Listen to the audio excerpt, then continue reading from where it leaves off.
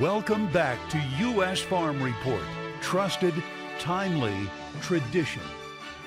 Welcome back. Well, dairy farmers grappling with higher costs, but not just for feed. Parts, even medicine are hard to come by. But this weekend, we're showing you one dairy that's now powering a community by what was once considered waste. And it's those solutions that could serve up a niche for the livestock industry for years to come.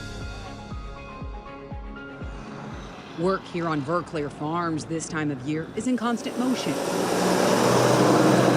This dairy doesn't have a day off, but fall applied manure applications this time of year means the rhythm is even faster than normal, even with supply chain headaches. We've had problems getting some supplies, we've had problems getting parts. Products like milking gloves and blood tubes, penicillin now has been a problem. Products that I could have never even imagined being a problem getting. Katie Grinstead has seen a lot of firsts since 2020. It just takes a lot more money up front because of navigating through those supply issues. But the rising costs across the board is a heavy weight for dairies all across the country this year. Well, feed costs continue to be our #1 expense here at the dairy.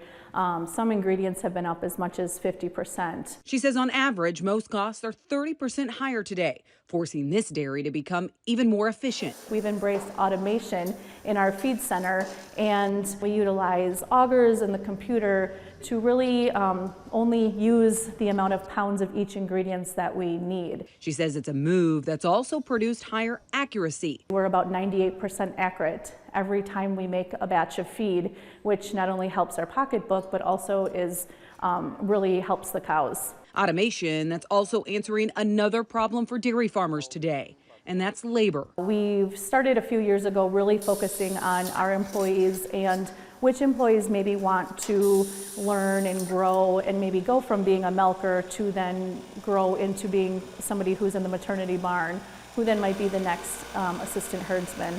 And that's really helped us maintain employees that have the drive to want to do more. But what also makes this dairy farm a leader is how they continue to embrace technology, even putting in a methane digester back in 2004. We've been producing electricity for roughly 800 homes a day here, utilizing the manure as that fuel source. Powering a community by what was once considered waste. We are actually taking something that is considered probably a waste product to most, producing electricity, separating bedding, the dry solids off for bedding, reducing the odor, and produce renewable natural energy. Dairy's ability to turn waste into an energy source is something the world's second largest animal health company sees as an opportunity.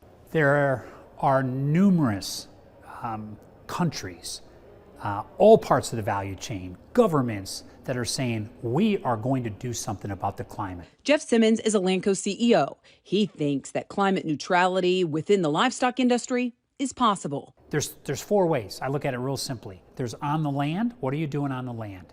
No-till, all the different things that are done on the land. What you do in the animal, that's where Elanco is. The ruminant, the enteric of the pig, the ruminant of the cow. How do we create less methane coming out of that cow? By what we do in the cow with nutrition, with other things. Third is out in the land, it's digesters. It's saying what are we doing with the manure and the waste? And lastly is what are you doing in the value chain with ESG, whether that's purifying water and getting credits from a Nestle, or whether that's someone that's trying to target and want that. Simmons is so confident in livestock's ability to be part of the climate solution.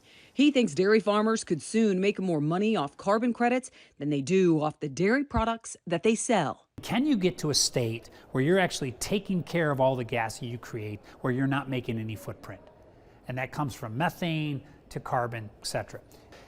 It is possible because people are getting closer and closer. Simmons says some farms are 2 to 4 years away from making more money off of carbon markets than the protein itself. But today, those on the farm level say supply chain issues are also impacting the timeline to grow renewable natural energy. The supply chain has actually slowed that whole process down.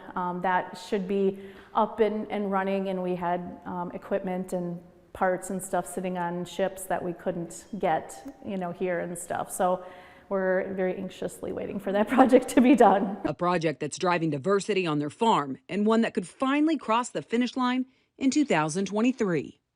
Well, when we come back, feed costs are high, but shipping issues are taking a bite out of basis as well. What should you be watching as harvest picks up pace? Our marketing roundtables continue next.